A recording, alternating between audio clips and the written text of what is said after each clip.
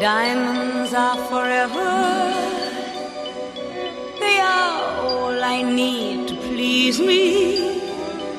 They can stimulate and tease me. They won't leave in the night. I've no fear that they might desert me. Diamonds are forever. All right, welcome back to another episode with your host, James St. John Smythe. Today we'll be discussing what is quite possible, well, not what quite possibly. I just did a ranking episode, last episode, and this is my least favorite Bond movie. Upon my last ranking, Diamonds Are Forever. That's right, Sean Connery's last outing as card since Jimmy Bond. Today I'm drinking a blackberry mint julep. Now, come on. I know in the past you've probably been thinking, oh yeah, St. John Smythe, your little vodka lemonade, your seltzer, your tropical drink, yeah, I'll get right on that. Now, who wouldn't want this drink? Does that not sound delicious to everybody? You look me in the eye, now remember, God's watching, and tell me that you don't want a blackberry mint julep. That doesn't sound fantastic to you. Because if the answer is no, then you're just not hooked up right. I don't know what to tell you. Blackberry mint julep. It's the fall here, but it's still 115 fucking degrees where I live, so I'm trying to go for a bourbon drink because it's football season, but it's also way too hot, so pretty much the only refreshing bourbon drink is a mint julep, I think. So, you know the routine. I've talked about it before. I make a mint simple syrup, but instead of the mint simple syrup, I did a blackberry simple syrup and just steeped the mint in that, mixed it with bourbon, and just a little soda water on top with some crushed ice. And I'm telling you, man, it's a top 3 drink I've ever had on this podcast. Huh? What do you think about that? Those are strong words. I've had some good drinks on here. Blackberry mint julep. I make mint juleps every year for the Kentucky Derby. And, man, I never knew how good a drink that was. So, mint juleps, check it out. If you want the recipe, you give me a call on my landline. My cell phone's been giving me problems, so I only accept landline calls. Diamonds Are Forever. 1971? You Only Live Twice, 67, 69 On Her Majesty's, 71. Guy Hamilton was the director. He also did Goldfinger, and I think he did the next 2 movies. St. John Smythe, can you look this shit up before you get started? I'm sorry. I thought I knew all this off the top of my head. Guy Hamilton... He did Diamonds, Live and Let Die, and Golden Gun, I think. I think he was done after that. I'll look it up and let you know later. I'll get back to you. So yeah, this was obviously... Lazenby was supposed to... We have to get in all this shit. Lazenby was supposed to come back after On Her Majesty's Secret Service. But he said, go screw, I'm not doing that. Great decision. And they started casting other people, and they were like, fuck, just bring back the Golden Goose, man. Get Connery. So they just spent all the money on Sean Connery. And it shows because the rest of the movie suffers. It was kind of supposed to be originally like a revenge kind of thing after, his wife got killed.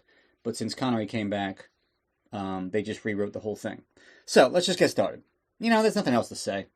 Let's just get into Diamonds Are Forever. I'm going to have a sip of my cocktail because I'm going to need it. I'm not a big fan of this movie. And I'm going to tell you why I'm not a big fan. Maybe I'll explain to you why I'm not a fan. So we start with the gun barrel and a PTS. Let's talk about that pre-title sequence. It's Bond trying to find Blofeld. Already it's like terrible. Like that backwards filming of that Chinese guy, like throwing him against this, I don't know what, this fence. Says Cairo without moving his lips. Cairo! And then he goes to that casino, that awkward, weird punch, the guy at the roulette wheel. Where is he? And then he goes to meet that woman to ask her, and has maybe the worst "my name is Bond, James Bond" in the whole franchise. My name is Bond, James Bond. In the trailer, he sounds fine. Why did they use this version of it? It's really strange and terrible. So he's questioning this girl and just takes her top off while he's doing it, just to, intimidate her. Starts strangling her with her bikini top. I think we've all been there. And you get to see her breasts, which is always fun. So make sure and rewind and press pause and go slow motion and do that 6 or 7 times, and then you can carry on with the movie. So she tells Bond where Blofeld is. He confronts Blofeld. It's a Charles Gray Blofeld, but it's like they're making more Blofelds. Something I think he does in the book. And Bond goes in and like kills the dude in the mud bath. It's like, I guess, supposed to be one of Blofeld's doubles. And the guy has a gun on him for some reason in the mud. As they were like putting him in the mud, they were like, just in case, why don't you pop a revolver in there too? Well, does it work under mud? I don't know, but better safe than sorry. And yeah, I guess he just ends up like drowning this dude in more mud. I don't even know how this dude gets killed. But the real Blofeld comes in, or the guy we think is the real Blofeld. And his henchmen try to disarm him, but he's got a mousetrap in his pocket, as you do.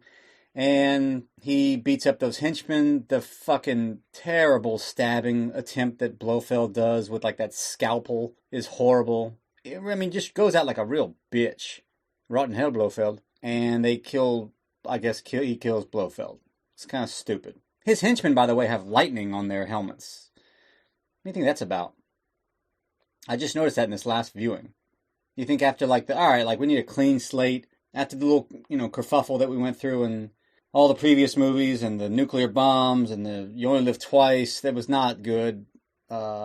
So, clean slate, Spectre, we're dropping the octopus. All right, Blofeld, what do you think? I'm thinking lightning. It just came to me. And I'm going with my gut. Put lightning on everything. And they did. So that's the end of the pre-titles. Bad pre-title sequence. It's not good. One of my least favorites. That and some of the early Connery ones have some rough ones. Like You Only Live Twice, I'm not a fan of. Live and Let Die, Golden Gun, Diamonds Are Forever. It's like 4 movies in a row where the pre-titles kind of suck. So we cut to the title sequence and the song by Shirley Bassey. Definitely one of the more iconic songs of the series. I like it. Always have. I'm not sure if it's top. It might be like approaching the top 10 list. Great song. Love seeing Shirley Bassey back. So there's a positive thing I'm saying about the movie. I like the song. There you go. So back to the movie. We go to M's explaining like diamonds and smuggling and all this stuff to Bond. And Bond's like, why would they involve us in diamond smuggling? Which is actually a pretty solid point. They meet with this guy, Sir Philip, who, I guess he knows all about smuggling and shit. They start getting all fucked up on sherry or whatever. And this is one of those cunty M movies, because, like, Bond's asking questions and stuff, because apparently, like, he was on holiday. That's the way, like, the movie said that's where Sean Connery was. He was just on holiday. So they put Bond on holiday, and, like on Her Majesty's Secret Service never existed. So they just say, while you were on holiday. He's like, may I remind you, 007, that Blofeld is dead. The least we can expect from you is a little plain, solid work. It's like, fuck you, dude. So I was either on holiday, because I saved the world for the 15th time, and we agreed to that, so you're going to give me shit for that? Or, if we're acknowledging the Lazenby era, you know my wife just got murdered. Like 30 minutes after our wedding. Oh, good to have you back. Why are you back so early? I thought you were on your honeymoon. Well, she got murdered, sir, like a few minutes after the wedding. Well, the least we can expect from you is a little plain, solid work. Fuck you, man. Piece of shit. So they're off to a good start. We did manage to get things done with you gone. And they're having some sherry or whatever. He's like, pity about your liver, sir. So they just like gloss over the fact that M's experiencing liver failure. Been there. I mean, that's a true alcoholic. And Bernard Lee in real life was like a real deal MVP all-star alcoholic. Like, was drunk on set. So that's fun. That's a guy I can get behind. So maybe I'll take away all the bad things I've been saying about him. So apparently like 80% of the diamonds and stuff come from South Africa. And the workers are smuggling some out, which has been increasing. But none of the diamonds have hit the market. So they think they're stockpiling all these diamonds and dump them all at the same time to depress prices. I don't fucking know. It's a lot of science and math that are involved. And St. John Smythe's not good at either one of those things. So I don't really know what they're talking about. And they tell Bond to find out who the stockpilers are. What's going on. Not sure why they're involving him, but they are. And we cut to our 2 henchmen of the movie, Mr. Went and Mr. Kidd. 2 gay henchmen. And they're just fantastic. There's another positive. And they're killing the guy who brings the diamonds in from South Africa with a scorpion. Luckily, they found a scorpion. Hey, Mr. Wint, should we pack a gun on this trip since we're going to kill this guy? No. We'll just, figure it out. Well, what do you mean we'll figure it out? I don't know. There's, insects and stuff out there, weird stuff. We'll find something. Be fine. That death rattle he gives when he dies by the scorpion, at the hands of a scorpion, is really something to see. I can't really do it justice. Maybe YouTube it. Diamonds are forever, dentist killing. Diamonds are forever, scorpion killing. It'll really make you chuckle. So they get the diamonds from this dentist, and they give it to the guy on the helicopter that's supposed to get those diamonds. I don't even know why Wint and Kid are there, or why the helicopter guy doesn't just take it from the dentist. I don't know. I'm already confused. And the helicopter pilot's like, where's the normal guy? He was taken sick. Bitten by the bug. And they back up from the helicopter very suspiciously. And the helicopter pilot should be like, I don't think I like the way y'all looking at me. And sure enough, the helicopter blows up. A terrible explosion. Like the fakest looking bullshit you could think of. And more on that later, because that's the whole movie's littered with just terrible special effects, because they wasted all the money on Sean Connery. If God had wanted man to fly, he would have given him wings, Mr. Kid. And they walk away holding hands, which is just fun. I don't know why they have to be gay, but I just love it. And then they bring those diamonds to an old lady, who they also kill later. She's part of the pipeline. And apparently there have been a bunch of murders in South Africa, which may shut down the operation, which would be bad for Bond, I think? Or the smugglers? I don't really know. Again, I wasn't really paying super attention. It's a hard one to follow. This plot is actually surprisingly hard to follow. So, in my defense, just bear with me. So, apparently there's some smuggler in Holland named Peter Franks, who was the alias of my old co-host, Peter Frank. Peter Franks. And Bond's like, do we know who his contacts are? We did function in your absence, Commander. Let's drop the fucking tone, man. What's your fucking deal? I'm just asking a question. We're talking about a mission. I'm asking, all right, who are his contacts? We did manage to function in your absence, Commander. Dude, fuck you, man. It's a question. Just answer it. Yes, we have 1, 2, and 3. God damn.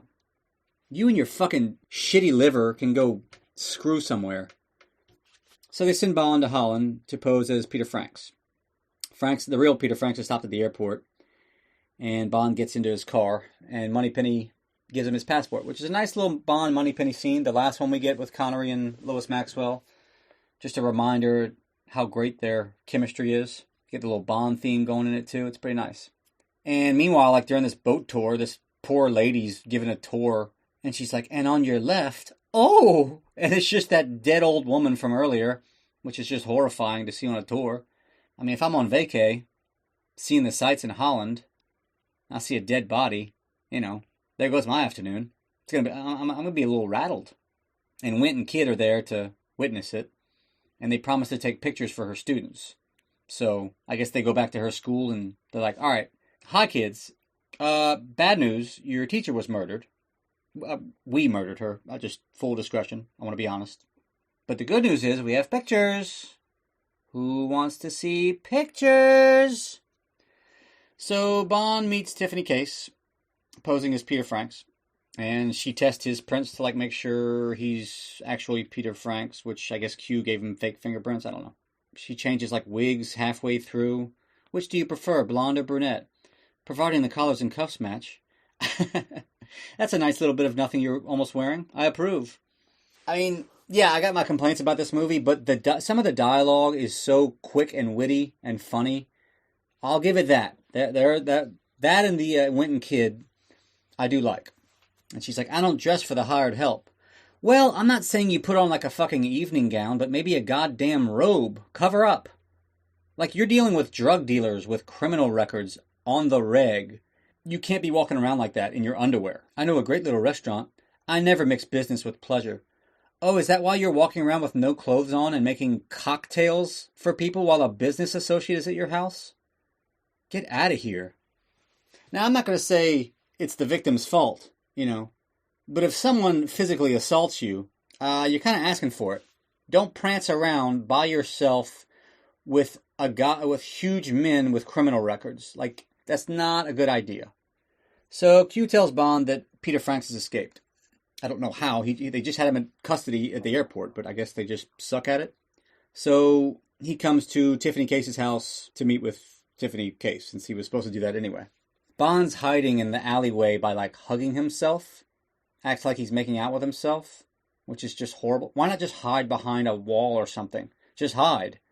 Or does he even know who you are? He can see you. Kind of stupid. And they end up having a fight in the elevator, which is actually a pretty solid fight.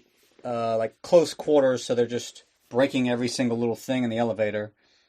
Sprays him with that fire extinguisher like an idiot. Like, just move out of the way, dude. He dies. One of my favorite ways of death in Bond movies is just throwing someone off a balcony. Like, they hit it like waist high and they just flip over. I just always love those deaths. Casino Royale has a good one. Just using gravity as your best friend to kill somebody is just always fun. So Bond puts his wallet in Peter Franks' pocket, and Tiffany says, "Oh my God, you just killed James Bond." So I guess that's a famous person in these movies now. And Bond says, "Well, I think we ought to let Mr. Bond carry the load from here on out." So they just smuggle drugs all up his asshole. That's just the easiest thing to do. Now that's a scene I would have liked to see. Bond and Tiffany Case spending an evening in her apartment, opening up his anal canal, his anal cavity, and just shoving diamonds up there. That's just, you want to talk about a fun Wednesday night. That is fun. So they smuggle the diamonds through Peter Franks into Los Angeles. And Mr. Wint and Mr. Kidd are on the flight there, too. I must say, Miss Case seems quite attractive. For a woman. And boy, Mr. Wint is having none of that. Quite a jealous lover, Mr. Wint is. But we all know that. So Bond lands in L.A. and meets just shitty Felix. "Felix Leiter, you old fraud." "I'll give up, James. Where are the diamonds?" "Alimentary, Dr. Leiter." So these gangsters pick up the coffin as, like, funeral home people. These American gangster cliches in these movies, I kind of just can't handle it. I had a brother. The stiff, the deceased. I don't like it. They reek of the Goldfinger gangsters, and I don't appreciate it. The Goldfinger gangsters are one of my least favorite people in the entire Bond series, and these guys are up there with them. I don't like them. Change yourself for me. So they head to Vegas to cremate Peter Franks. And the urn that they give Bond is filled with the diamonds. So Bond drops it off at some like little burial spot, and Shady Tree, the next step in the pipeline, picks it up. And then Wint and Kidd knock out Bond, thinking that he's Peter Franks still. And they try to cremate him at the funeral home. "Very moving, heartwarming, Mr. Wint. A glowing tribute, Mr. Kidd." And they have to put the music on as they're doing this. Wint and Kidd. They're cremating this guy, but they have to have like the funeral home music on. The place is called Slumber Incorporated. The owner's name is Morton Slumber, a funeral home. Now, come on. That's funny. There's no shortage of jokes in this movie. Alright?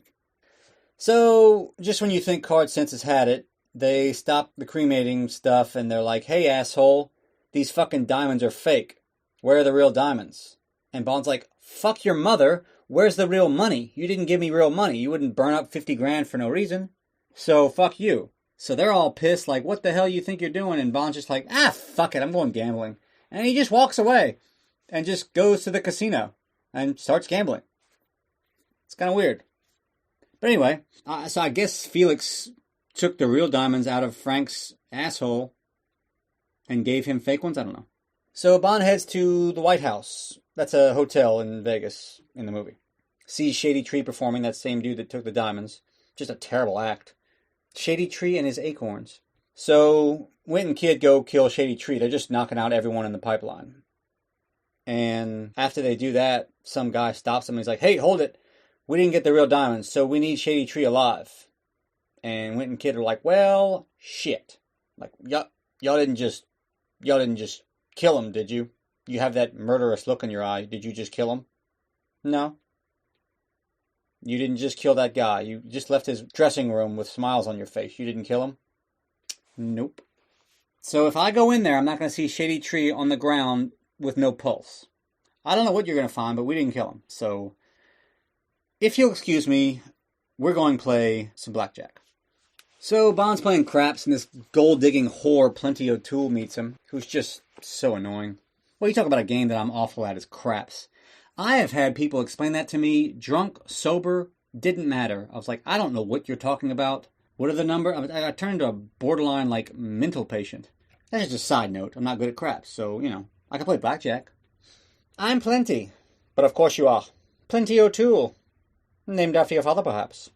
Now, she is hot. She's annoying, but she's extremely good looking. But just her lines are so cringeworthy. I'd like to, Maxie. Really, I would. Say, you've played this game before. You know something, Mr. Franks? You're a terrific guy. Ugh. I do love, why don't we go someplace and get a drink? And just cut straight to Bond's hotel room. And Bond's just coming off like a rapist. What a super place you have. So they start tongue kissing. And turns out there are gangsters in there. And they throw Tiffany out of a window. And Bond's like, I'm afraid you've caught me with more than my hands up. Which again, just great lines in this movie. They're killer. And while they're talking, all of a sudden the gangsters just leave. And he finds that Tiffany, Case, is in his bed waiting for him. So they make sex to each other, as you do. And they kind of come to an agreement. If he tells her where the diamonds are, she'll get them out of town. Some sort of arrangement where he gets a car, she gets the diamonds, I don't know. And you don't know who's being honest with who. So he has her play like this water gun game at the circus inside of a hotel to get the diamonds. And she ends up screwing Bond over and just escapes with the diamonds. Tell you what, something about this circus I just don't like, man. I don't like a circus, really. It's inside? How does that work? Is it the kids that make me mad? The elephants are just roaming around? That's not safe. Hey, leave the circus going to Roger. Alright? The only circus I like is an Octopussy circus. So just stop it. And stay stopped it. And as Tiffany leaves, by the way, speaking of elephants, there's an elephant playing the slot machine. And it wins, and then it gives out an elephant yell. That's the kind of movie we're dealing with right now. And she's followed by Felix's men. And she just escapes through this horror show in the circus where this girl turns into a gorilla or something. I don't know what's going on right now. Are we still in a Bond movie? What is all this? And as the woman changes into a gorilla, all the kids fucking stampede out of there and just there's 60 kids just running through the casino. What the? So every hour this just happens in this place? Have I mentioned I don't like this circus? I don't like a fair either while we're on the topic. You know what it is? It's those dirty fucking carnies. I don't trust them. Or maybe it's just the people that go to fairs and circuses. I don't like them either. And they're not showering as much as you'd like them to. So anyway, Bond gets a rental car. Now what a cool Bond moment that is. Bond picking up a rental car from Hertz. And Felix loses Tiffany. So back at her house, Bond goes there. And he's like, this fucking treacherous whore. Apparently, the thugs mistook Plenty for Tiffany, and they drowned her. There was a deleted scene that, explained all this. She found Tiffany's wallet. That's why she knew where Tiffany lives. But since they don't show you this deleted scene, it's well, who the hell's that in the pool? But yeah, Plenty O'Toole's dead if you cared. Because I don't. But I just felt the need to tell you that she's dead. Poor Plenty must have stumbled in looking for you. Poor Plenty. That's another tough letter to have to write. Dear Ma and Pa O'Toole, we regret to inform you of your daughter Plenty's tragic demise. We hear she was named after her father, so this must hurt extra for you, Mr. O'Toole. But when you get caught up in gold digging and general whoring, this is what can happen. I know you've heard of what happens in Vegas stays in Vegas. Well, it's no different in this situation because we don't really know who killed her or why, nor do we really care. We don't typically investigate the death of whores too much, so perhaps just be thankful that you're even getting this letter. Signed, Las Vegas Police Department. Oh, it's a horrible letter to get. Oh, our poor daughter Plenty in this terrible letter is so mean. So, Bond's had about enough, and he's like, all right, cut the shit. Who's your connection, Tiffany? And she's like, you sound like a cop. And he just smacks her. He's like, bitch, enough games. People are dying now. These are some high stakes. Plus, I didn't get to have sex with Plenty O'Toole. That's the real crime here. So cut the shit. Who's your fucking connection? I'm done screwing around. I got a gun. So apparently the diamonds are in this stuffed animal that she got from the gun game, and that's in some locker. I don't know. Dude, this is like, speaking of Octopussy, this is like finding the real egg in Octopussy. I'm like, where are the diamonds now? Am I supposed to care? Because I don't really care. I'm starting to lose interest in these diamonds. I just gotta be honest, guys. I don't know if y'all are, but I am. I don't really care anymore. So they follow the person who got that stuffed animal with the diamonds in it. Still chasing these things. And the person with the diamonds is Willard White's manager, Bert Saxby. Bert Saxby? To this lab or whatever. Saxby gets in some other car at the gas station. This is more like weird, like bad delivery from Tiffany.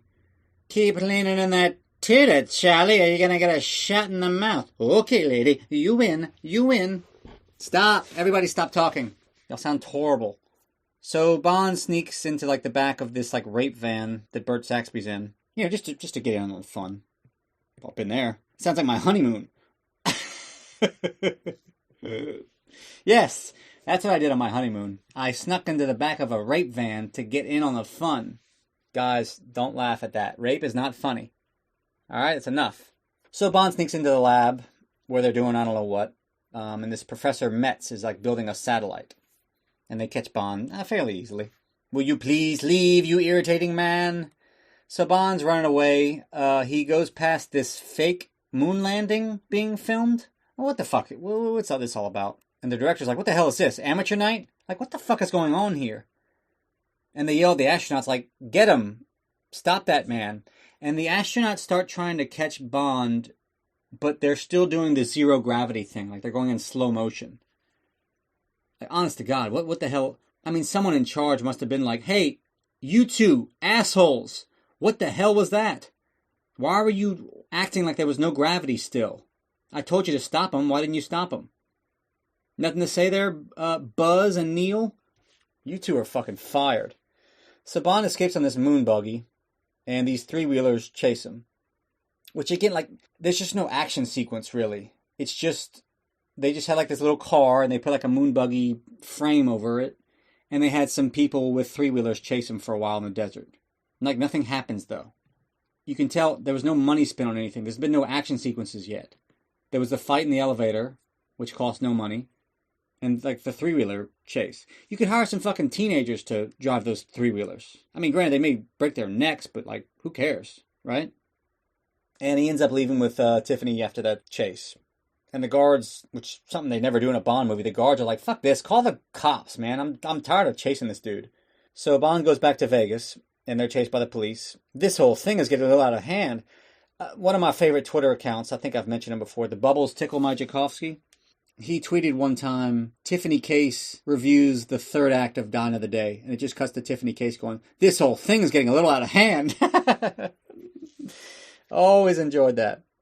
So yeah, the chase is cool just because I like seeing old Vegas, but they're not doing anything. The cars are kind of going fast, but they're just kind of going through the streets in Vegas. Clearly they didn't close off the streets because you can clearly see all kind of tourists just staring at this whole thing. Nothing really happens. They go into a parking lot. It's all just cheap. The big stunt is when Bond gets up on two wheels, all on his right side, to go through this narrow alleyway to get past the cop. But even that they fuck up because he leaves on the left side. So they actually have him changing sides in the alley, which makes no goddamn sense. You can't do that. So that's the big chase. That's the big action sequence of the movie. Just cars going down Las Vegas Boulevard really fast. That's it. It's one stuntman, no explosions, no gunshots, a bad sheriff. So Bond fucking escapes out of that parking lot. So he goes to back to the White House, the hotel. And him and Tiffany just start fucking on this fish tank bed, which just looks like the most uncomfortable thing in the world. And Felix and them walk in. I can't remember what they talk about, but they do talk. You can take my word for that. And Bond goes up on this top of this elevator, which is actually pretty cool. And he goes up to Willard White's room and kind of scales the building to get into the top penthouse to see what the hell's going on with Willard White. But it's not Willard White at all. It's Blofeld. Gasp! And there are two Blofelds. WT Fudge. What the hell's going on here? So yeah, he's still making doubles for himself. And one's been acting as Willard White with this voice box on the telephone. Well, that's a neat trick. And since Willard White's a hermit, I guess Howard Hughes is supposed to be, no one notices, I guess. Seems kind of simplified, but whatever. I'll just go with it. And he throws this cat to figure out which one's the right Blofeld, and just has this great shot to the forehead with like that whatever gun. And that delayed reaction death that he gives is so great. But it's the wrong Blofeld. Of course. Right idea, Mr. Bond. Wrong pussy. Hey, it's just nice hearing Sean Connery say pussy again, right? That's something we can all enjoy. And I'm always surprised Blofeld's not like, God damn it, Bond, it takes me like 2 years to create these doubles. Could you just stop killing them? That's 2 thus far, shooter. It's enough. And he forces him to like get back on the elevator, and Bond gets gassed. And he's picked up by Mr. Winton, Mr. Kidd. And they drive him out to this desert and just drop him off like in this piece of pipe and leave just giggling like schoolgirls. Like no one's going to notice him in that pipeline? I don't really understand that. But yeah, these construction workers come and put him as part of this pipeline. But he like destroys this machine, so these workers have to come like into the pipeline to fix it. I was just out walking my rat and I seem to have lost my way. That's another one of those. I'm like, is that a joke? Is that supposed to be funny? Am I supposed to laugh? I'll give you the polite laughter, but I don't even know what that means. How is this even supposed to kill Bond? How long does that gas last that they gave him? About 12 hours. Well, shit. What time do the construction workers start tomorrow? Is that going to be enough time? Even then, once he wakes up, couldn't he just crawl his ass out? This wasn't really... Why not just shoot him? So yeah, he just, I don't know, gets out of that pipeline and just leaves. So, good for Bond. Let's take a little break for the advertisement. Oh, the advertisement. What we got today? Stick in the mud tampons. No. Alright, I mean... Do I have to read this? Ladies making a bigger mess than you... Oh, bigger mess than usual down there? Go for stick in the mud tampons. Guaranteed to handle the heaviest of flows with ease. Okay. Alright, just buy it. I'm not finishing this thing. It's terrible. Stick in the mud. Look them up. That's up to you, ladies. I'm sure there's a lot of female listeners of this podcast. Bond news. Well, a lot of music Bond news. There was a new album that got released like yesterday or 2 days ago. I think it's called Bond 25 on Spotify. So it's like the Royal Philharmonic whatever orchestra. And they did instrumental versions, I think, of all the Bond themes, which is fucking awesome. So that's pretty cool. And then they have a concert in maybe the Royal Albert Hall, getting a bunch of Bond alumni back, and they're doing all these different Bond songs. That sounds freaking great. And it's supposed to be available on Amazon Prime. And then they're doing a music documentary about all the music of James Bond. It's supposed to come out, I think, on the 60th anniversary, October 5th. Which I think by the time this podcast comes out, that'll already be available. So, I'm looking forward to that. That sounds pretty cool. Huh? What do you think about that? You pretty excited for that? We do a little singing. We can do a little dancing. It's going to be great. You're going to love it. So, be on the lookout for that. I guess that's all of the Bond news I have. 3 things. We 3 things of Orientar. Alright, back to the movie. So, Bond calls Blofeld with that voice box to find out where the fuck Willard White is. And Willard White's like, I just saw James Bond in the casino. That's impossible. I gassed him and had 2 of my henchmen put him in a pipeline. Well, why the fuck did you do that? Why didn't you just shoot him? So, Blofeld tells him to kill Willard White. I don't know, I guess just fuck it, whatever. So Bond goes to Willard White's house. I guess that's, Blofeld tells him where it is? I don't know. And he comes across 2, security guards, Bambi and Thumper. Weird fucking fight. Strange. And they're 2, women that are 100 pounds each. Just clunk their heads together like Mo, man. You can't take these girls? So yeah, after a while, he's just had enough of Bambi and Thumper, and he's like, why don't you fucking, Bambi these balls? And just starts dunking their heads in the water. Are they his security? Why not have a few armed guards? He's a billionaire. If anyone comes to the house, just murder them. Don't ask questions. Well, what if they're a cop or your family members? Kill them? Did Willard White come out at the end what the fuck? How'd they get past you? Well, he dunked us in the water. And then 10 other men came with guns. And we weren't sure if our cartwheels and frickin' barrel rolls could fend off actual bullets.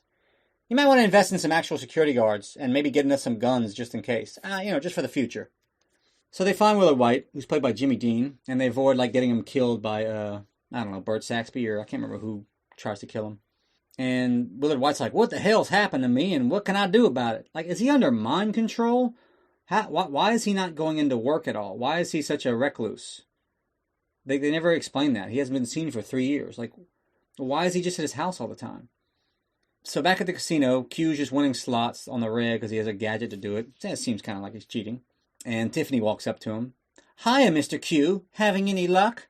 Listen, Mr. Q. Like, asking him if she's going to get off now that she's, like, working for the good guys. And, like, can you put in a good word? And Q is so uninterested. He's like, oh my God, I don't care. Why would I care if you go to prison or not? I don't give a shit. I do gadgets.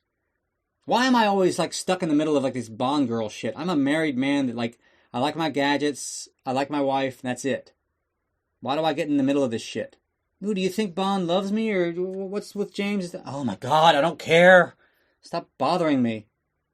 And meanwhile, Blofeld's leaving in drag. He's dressed as a woman. That's Ernst Stavro Blofeld, one of the most diabolical villains of all time. He's cross-dressing, leaving the casino. And is anyone even looking for him? Like, everyone that wants him dead, they're all at Willard White's house. But he keeps the cat and, like, the henchman and the cigarette that everyone knows him by. So, not much of a disguise there. I mean, imagine him putting that dress on in front of his henchman. With the high heels and, like, the wig and putting on lipstick. That can't be good for morale. That henchman's just looking on like, I don't think I want to work here anymore. This is getting a little strange. And Blofeld just walks up. Can you zip me up? No, I can't zip you up. Fuck this. I'm going to play blackjack. So, Bond goes to show Willard White this satellite that he saw, but it's not there anymore. And Willard White's all pissed because Blofeld, like, works there now. Everything's a mess. And it's like, well, dude, this is what happens when you don't show up for work for, like, several years. When the boss doesn't show up to the office, things go haywire. You have maniacal maniacs. That's redundant. A maniacal maniac working here all of a sudden. You got nuclear bombs at play. Like, this is what happens, dude. Show up to work. I don't know what to tell you, bud. Things tend to unravel. And something about them, like, launching the rocket, but it goes the wrong way or something. I don't know. I can't, That's one of the plot points that kind of escaped me. So, basically, the plan is to create laser satellite using the diamonds. And then destroy China, the Soviet, and the U.S. nuclear bombs. Then propose international auction for nuclear supremacy. Yeah, I guess. And I'm not even sure if they explain why you need why the diamonds are important to that satellite. I'm sure they do. I just missed it, but like, because that would be a huge plot hole. But I have no idea. Maybe you could tell me. I don't know. And they try to stop the satellite or something, but it's like the guidance system's all fucked up. So Blofeld's just controlling this thing, and they start blowing up all these nukes. And they should have just said, "Oh yeah, the nukes are all blown up," because they actually show the scene, and it's, dude, these mushroom clouds are a joke. It's just white smoke. It looks like someone blowing out a cigarette. Like, their explosions in this movie is just something turning red, like really beet red all of a sudden, and the screen fades away, and then you see this horrible mushroom cloud. I mean, it looks like a fucking, like a monkey did it. Like they went to that circus and just like found a chimpanzee, and they're like, "Hey, you do the special effects for this," and they just started hitting the keyboard, and that's what they came out with. It looks like I did these special effects. That's how bad these look. And so they go to Willard White's office, Bond and him. "Got a phone call, Mr. White, urgent from Washington." He's like, I'll take it on the shitter. And Bond's like, "Where's Tiffany?" And Felix is like, "Do you mind if we find Blofeld first?" Which, I'm on Felix's side here. Who the fuck cares about Tiffany? There are nukes going off. People are dying, like cities are destroyed now. Who cares about Tiffany Case? Dude, they blow up one of these Chinese ones, and those Chinese people running around on fire, how fake it is. It's insulting to me. Like, again, I'd just rather you not even show it. That's how bad it is.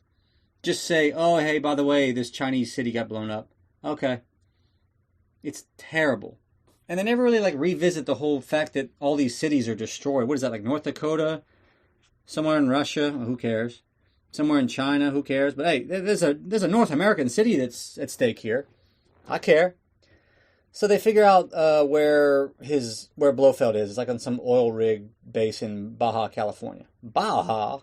So Bond goes over there and like turns himself in, just right away.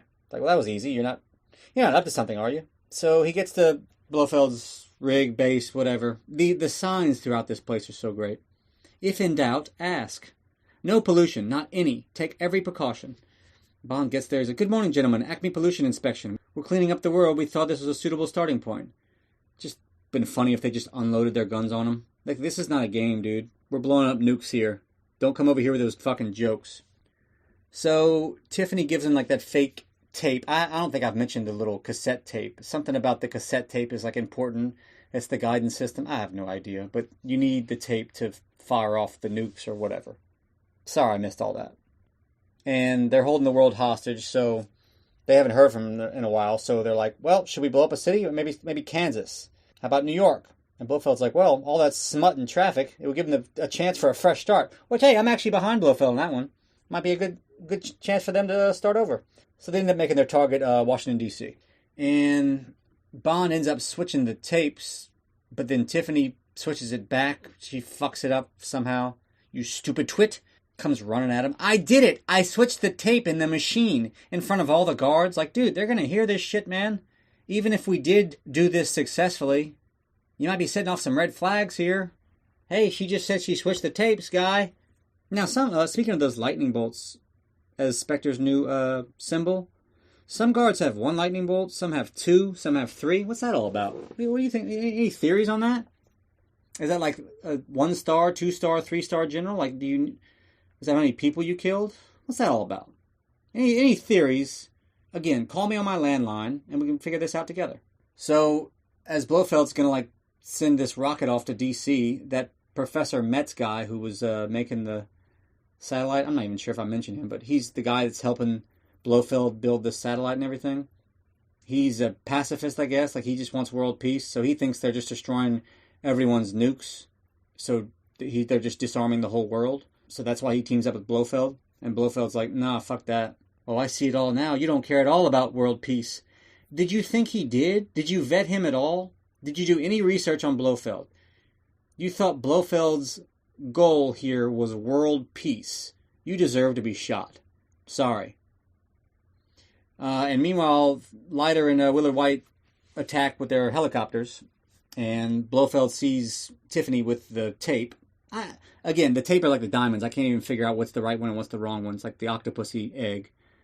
And again, like these helicopters exploding are the fakest bullshit. It's terrible. Now, a few of them on the rig are okay, so I'll give them that. Like, those are fine, but because I mean, this is the climax of the movie, so they spent some money on it. But Jesus Christ, it's terrible. It's just a far shot of the rig and just explosions here and there.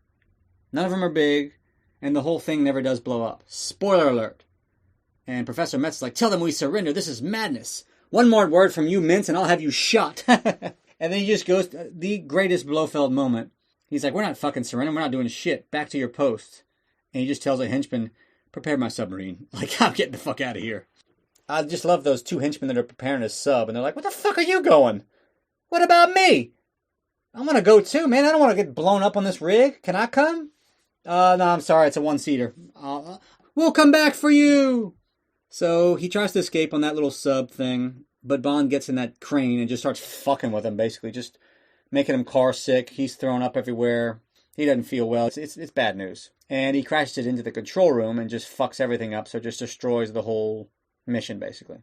So I guess hooray. Tiffany Case, meanwhile, is shooting a machine gun. I'm just going to say it. I don't think she should be handling a automatic weapon. That's just me. I'm not a gun safety expert. But we need to get that gun out of her hands. Right now. What if Blofeld in the middle of all this, like just getting slammed into everything, he's like, I cannot wait to get my fucking hands on the person that's controlling this crane right now. I'm going to... What's like more than kill somebody? Because I'm gonna like torture them. And we actually never even find out what happens to Blofeld. He crashes it into that control room, and that's it. It just cuts to Bond on a boat. So I actually have no idea. And this fight was supposed to be a different kind of fight, like a big budget fight. I can't remember what it was supposed to be. Again, perhaps I should have looked that up before. But I don't know. I guess the producers were like, fuck it. Just do it on this rig, and we're good. So, all's well that ends well. So anyway, back to that ship. where Bond and Tiffany are on there, and Wint and Kid come in as waiters. Ah, you forgot about them, didn't you? It's all right. I forgot about them too. And Bond remembers his aftershave. I just love this. That's rather potent. Not the cork, your aftershave. Strong enough to bury anything. I would have expected a claret. Oh, well, our cellar is poorly stocked with clarets. This is a claret, and I've smelt that aftershave before. So it's like, okay, let's fucking dance. And Mr. Kidd just says, fuck it. He's doing the kebabs and just lights kebabs on fire. And I don't even know, what was their plan? I mean, they were supposed to blow up Bond with that cake bomb, but Mr. Kidd just takes some inflamed kebabs, and that was going to kill Bond? I don't really know what the plan was, but I know I do like this scene. So Wint's trying to strangle Bond. He throws that claret all over Kid, and Kid turns into a motherfucking fireball, and it is hilarious. And that makes Wint all butthurt about losing his boyfriend. So Bond puts the bomb in between his legs and, like, twists. I mean, it's so funny. I can't do it justice to explain it, but he ties the bomb by his ass, flips him over, explodes him in the water, and says, well, he's certainly left with his tail between his legs. This is like my favorite ending of any Bond movie. And my least favorite movie, I think it's my favorite ending. It's so ridiculous and funny. And there's end credits. There's Diamonds Are Forever. There she blows. It performed better than On Her Majesty's Secret Service because, again, you got the Golden Boy back. Connery movie's going to put butts in the buckets, asses in the seats. Criticized for its campiness and all that, but still did well. The reviews today are not good. The fans, not good. It's like 21, 22, 20 on everyone's list. It does have its fans. I know a lot of people I know really like Diamonds Are Forever. God bless them. Not my movie, man. I was explaining it like I was talking about it earlier. It's so cheap. You can just tell how it looks like a TV movie. And I mentioned this on my ranking episode that this is the only Bond movie that I consider to be like beneath the Bond brand. Like it just looks so horrible. It's not classy. None of this like looks good. It's so cheaply made. It's like an insult. Not to say the Bond producers are above just cashing in some money, because they got the golden goose, but I don't know, man. Like, put out a product that you can respect. Have some respect for yourself. Anyway, I don't like it. Never have. I know Calvin Dyson had said that if you go into this as if it's a comedy, then you might enjoy it. So, I don't know. I guess I'll do that next time, but I don't know. Just not a big fan of it. And obviously after this, Connery decided not to come back after all. And Roger Moore came to save the day. So, Connery's, I don't find to be very good. He's completely out of shape. This is like less than 10 years since Dr. No. He looks like shit. The girls are okay. Like Tiffany's, in the first half, she's good. Second half, she's just annoying. Plenty's annoying. Jill St. John, though, the one that plays Tiffany, she is an advocate for Bond girls. She is great. She embraces fully her role as Bond girl.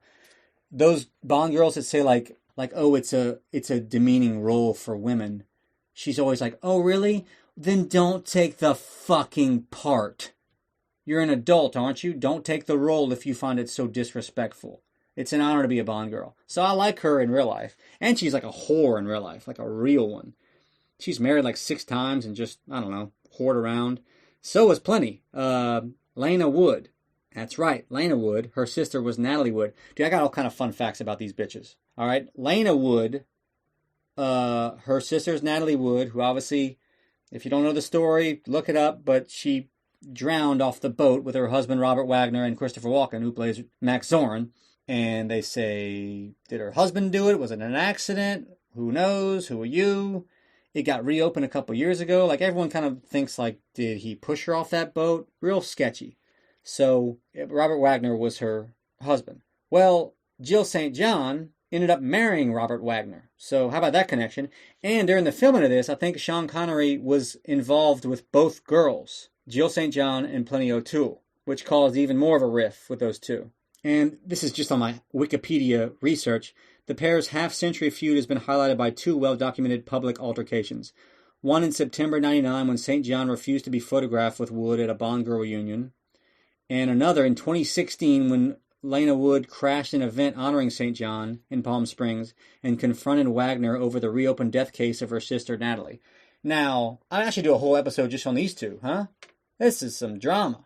And I just found out about this like yesterday. So I'm still reeling from it. So, there's some drama behind the scenes. That's fun. I didn't know Connery dated them both. Jill say John also dated like George Lazenby for a while. I mean, there's a lot going on here. And she was the first American Bond girl. So how about that? That's fun. So anyway, I do love the henchman Winton Kid. Some of the dialogue is like funny, and I like Winton Kid. And I like that last scene. That's about all I like from this movie. I can at least have fun with it. It's bad, but whatever. The Felix sucks. Willard White's not very good. Blofeld sucks. Even the book sucks, and it has nothing to do with this movie. It just blows.